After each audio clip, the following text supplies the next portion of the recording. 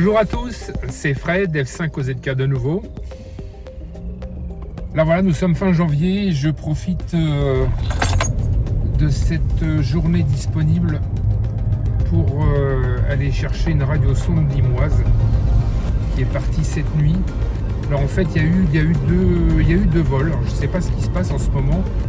Les radiosondes limoises ne montent pas très haut en altitude. Elles atteignent généralement 12-13 000 mètres, 14 000 peut-être au plus.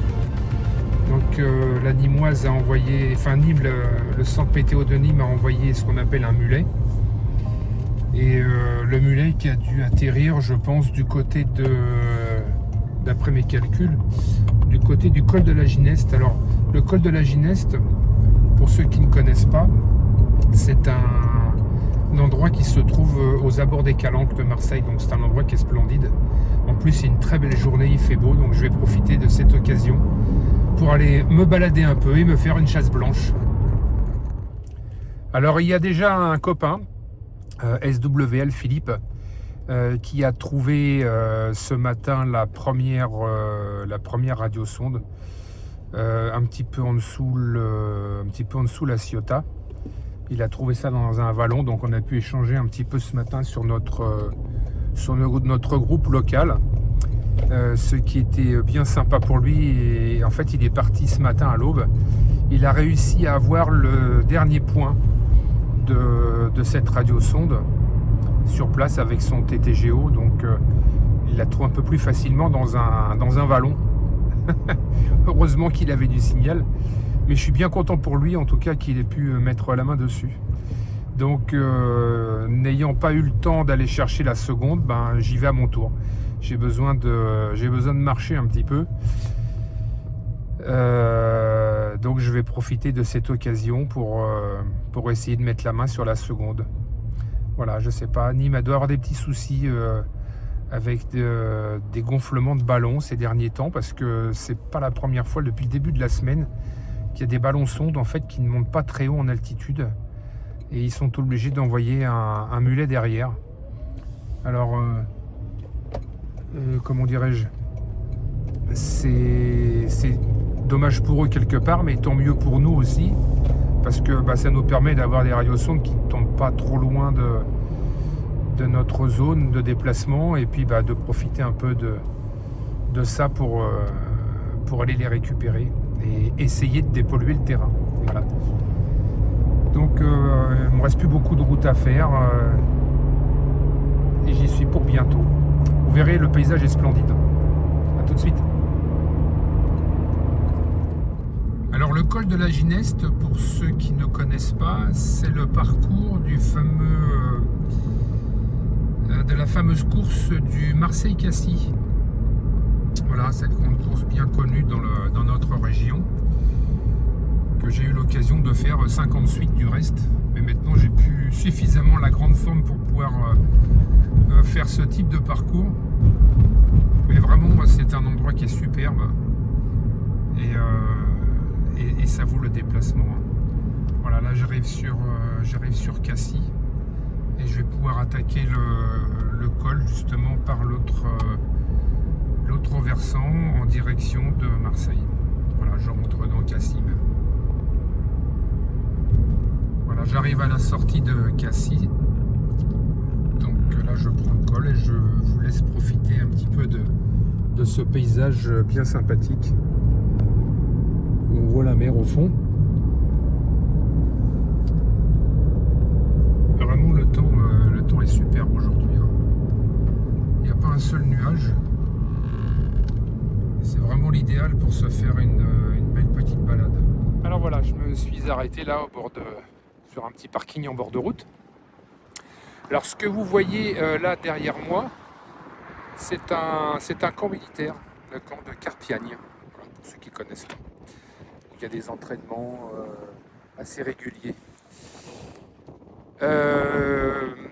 Je me suis bien équipé, j'ai quand même pris le petit récepteur avec moi en écoute sur la fréquence de la radiosonde, mais à mon avis elle émettra plus à cette heure-ci. Et je vais essayer d'aller voir dans les collines là qui sont derrière moi, là-haut, si je peux essayer de trouver quelque chose. Alors je vais me rendre au dernier point Et puis après, je vais suivre une trajectoire directe pour voir si je peux essayer d'attraper quelque chose, au moins visualiser quelque chose. Bon, je me suis bien équipé parce que malgré tout, même s'il y a du beau temps, il fait quand même frais. Voilà. Alors j'emmène la perche avec moi, enfin j'ai un petit peu d'équipement, une bouteille d'eau surtout parce que c'est important. Et puis je vais aller me faire une bonne balade par défaut, hein. Ça sera toujours ça de prix. Et on y va. Je vais bien pour... je vais essayer de me rendre déjà au moins sur le dernier point relevé, hein. Dernier point relevé qui est à peu près à 500 mètres d'altitude. Ça m'étonnerait que je la trouve à cet endroit-là, mais au moins ça m'en rapprochera, elle sera peut-être plutôt par ici. Donc il y a un chemin qui est plutôt dégagé, je vais en profiter. Alors là on ne voit pas la mer parce qu'en fait il y a des collines et la mer elle est juste derrière, sur les calanques. Alors, l'endroit est vraiment sympa. Il y a une chose auquel je ne m'attendais pas, je les ai là-bas en face. Il y a une chasse en cours. Ils ne chassent pas la radiosonde, hein. Alors je vais quand même les prévenir que je serai dans le secteur. Et puis pour être tranquille. Alors ça y est, j'ai prévenu les deux chasseurs derrière, un petit peu de mon activité. Je leur ai expliqué en quelques mots à quoi ça consistait.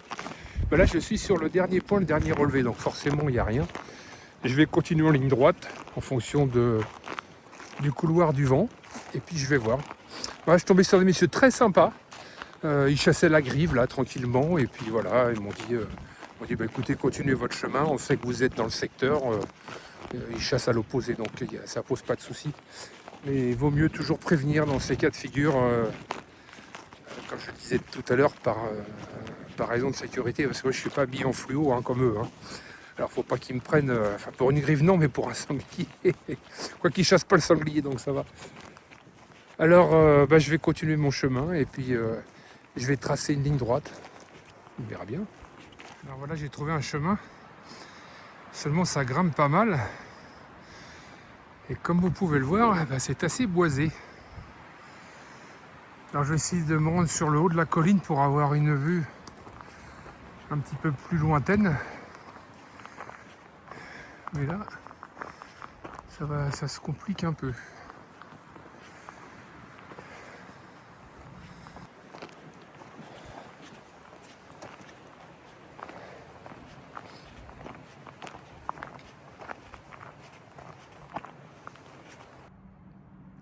Alors je suis arrivé par ce bout de sentier. Je suis sur la crête de la colline, hein, comme je le disais tout à l'heure, mais comme c'est entouré d'arbres, la route est en bas là. Alors là, il va falloir que je redescende. Parce que comme vous le voyez, là il y a un vallon en bas. Hein. Donc peut-être que ça a dû arriver dans le vallon. Là normalement je suis sur le dernier point estimé, hein, pas celui qui était marqué sur sonde Hum, mais d'après le calcul que j'ai pu faire. Et je sais que je n'en suis pas loin, mais ça va être compliqué.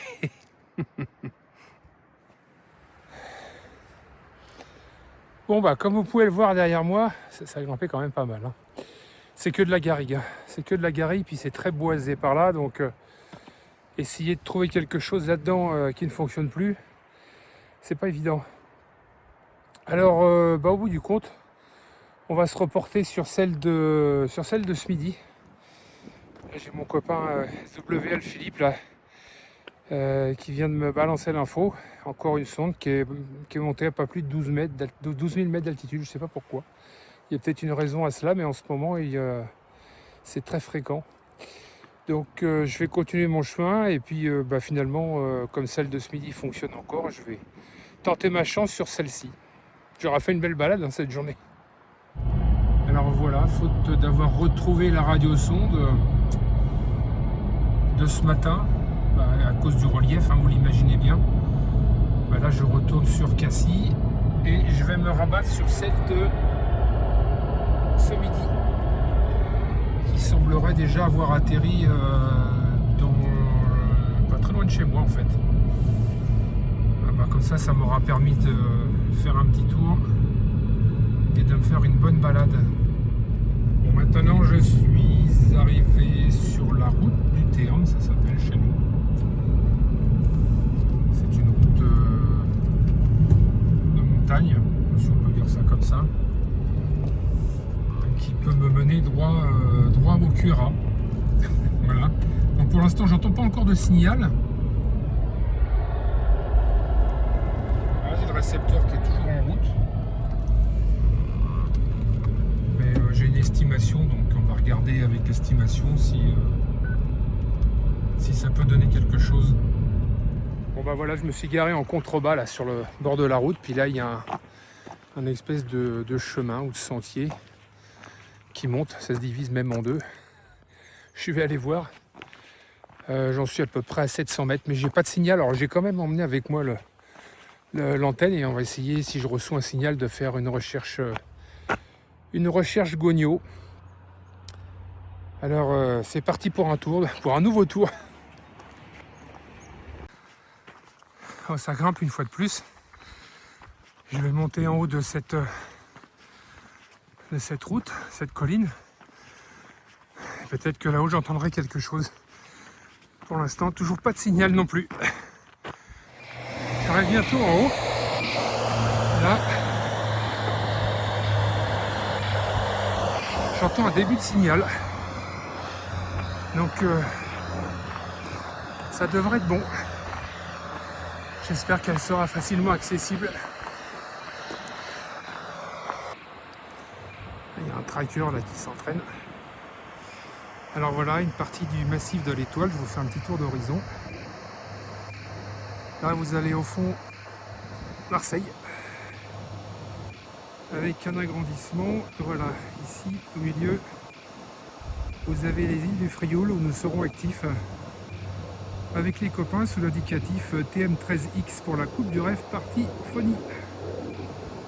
Donc le mois prochain. Et ça, c'est le massif de l'Étoile, le plus haut point qui est à 1000 mètres. Moi j'habite un petit peu en dessous, j'aurais presque pu venir à pied. Donc le signal m'arrive toujours fort dans cette direction. Donc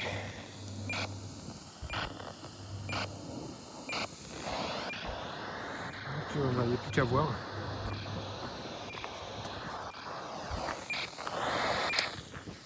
Ah, c'est quand même plus simple à retrouver quand il y a un signal radio derrière. Alors voilà ce que l'on appelle ici la garrigue. Il faut parfois traverser les zones comme celle-ci, où ce sont des buissons un petit peu piquants. Et quand il n'y a plus de sentier,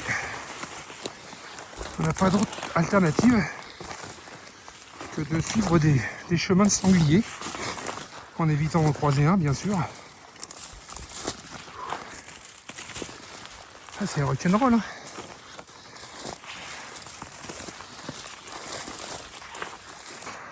Alors voilà, ça monte, ça descend, il y a des vallons, super quoi. Ça, voilà, à 500 mètres de là, en voiture, je l'entendais pas. Donc elle a dû vraiment tomber dans un creux. Il va falloir que je descende ici pour essayer de remonter ou de trouver un chemin pour remonter par là. Là, elle m'arrive fort.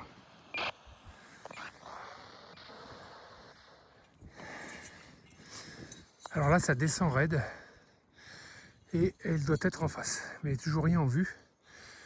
Donc le seul moyen pour moi de l'atteindre, c'est de contourner, de faire le tour. Il y a un semblant de chemin là-bas au fond.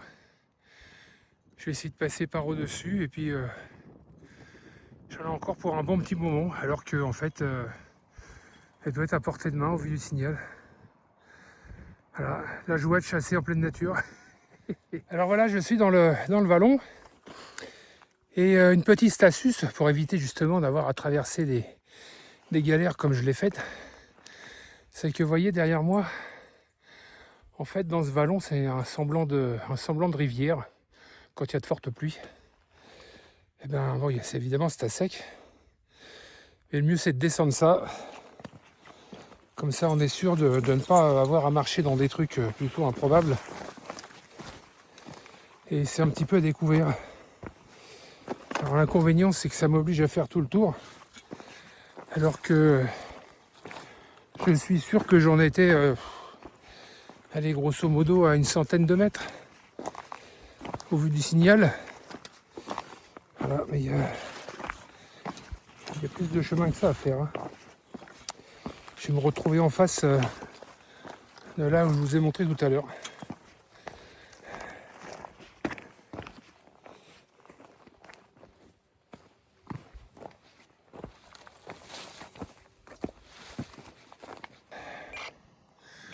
Alors même avec l'atténuateur, j'ai le signal à fond par là. C'est mon accès. C'est compliqué. Alors je vais devoir essayer de me mettre peut-être... je regarde si elle n'est pas dans un arbre ou quelque chose de ce genre. Bon, je vois rien pour l'instant.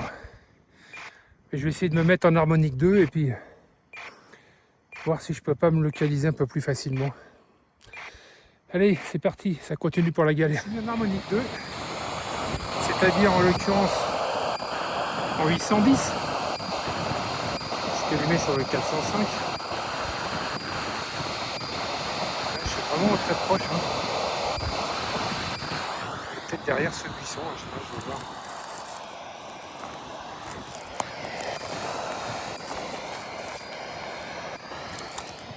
Je fais en live. Hein. Après, ça redescend pas mal par contre.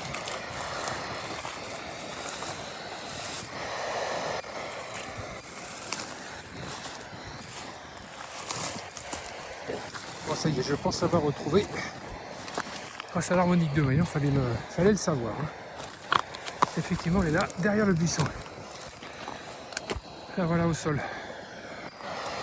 Je vais couper le poste. Dis donc. Ça n'a pas été de la tarte. Voilà. Il reste Nîmoise de ce midi. Retrouver la principale, hein, parce qu'à mon avis, ils ont dû balancer un mulet. Alors, je vais suivre le fil pour essayer de trouver le parachute. Je vais la reposer au sol. Je vais la laisser allumer. Des fois qu'il y a un autre copain qui soit sur le coup, mais comme on se tient au courant sur le forum local WhatsApp, je pense que on me l'aurait signalé. Alors le fil, essayer de trouver le parachute et de dépolluer ça. Comme quoi, c'est important de, surtout dans une zone comme la nôtre, de dépolluer le terrain parce qu'avec l'électronique, quand il fait très chaud ici l'été, il est là-bas. Tiens. Quand il fait très chaud l'été, bah, ça peut risquer de mettre le feu ou quelque chose comme ça, surtout dans la garrigue, ça va vite. Hein. Alors, qu'est-ce qui reste du ballon? Non, il reste juste le parachute. Et un bout du ballon. Enfin, le ballon est presque en entier. Voilà, le ballon est ici. Ah, elle m'aura fait crapahuter à celle-là. En fait, j'étais de l'autre côté. Voilà. J'étais là juste en face. Allez, grosso modo, une centaine de mètres. Enfin, une bonne balade comme celle-là, ça fait du bien. Voilà, avec une petite vue sur la mer au fond. Alors voilà le final. Donc la radiosonde Nîmoise de ce midi, donc la première, puisqu'il y a eu aussi un mulet. En ce moment, elle ne monte pas plus de 12-13 000 mètres, je sais pas pourquoi. Enfin, tant mieux pour moi. Elle m'a permis de tomber dans le secteur de mon domicile. Finalement, je suis plus très loin. En fait, oui, ce que vous voyez derrière moi, là, c'est la perche que j'ai dans le sac à dos. C'est pas une antenne. L'antenne, la voilà. Enfin bon, je l'ai retrouvé à la Gogno. J'ai voulu vraiment le faire à l'ancienne. C'est-à-dire sur le 405. Et en approche finale avec l'harmonique 2 sur le 810. Et j'ai réussi à la retrouver, mais même à 2-3 mètres, on la voyait pas du tout. Hein. Tomber dans la garrigue comme ça, c'est pas facile à trouver. En tout cas, ça m'a fait penser à une chasse que j'avais faite avec mon ami Fabienne, F4JAI, que je salue en passant, et son OM André. Je sais pas si tu te souviens, Fabienne, mais une des premières chasses que tu avais faites, d'ailleurs, on l'avait fait ensemble. Et on en avait bien bavé à ce moment-là. Bah, tu vois, j'ai réitéré la même chose. Voilà, mais ça m'a fait du bien. Et heureusement pour moi, dans le sac à dos, j'ai prévu de l'eau parce qu'il fait soif quand même. Même s'il fait frais, il fait soif. En tout cas, merci une fois de plus de m'avoir suivi sur cette vidéo. Je vous adresse à tous mes 73. Bonne chasse pour ceux qui y vont. J'espère que cette vidéo n'a pas été trop longue. Mais au moins, à défaut d'avoir pu trouver la première dans les calanques, j'aurais au moins pu trouver celle-là. Voilà, il n'y a plus qu'à retourner au bercail. Salut à tous les copains et à bientôt. Ciao.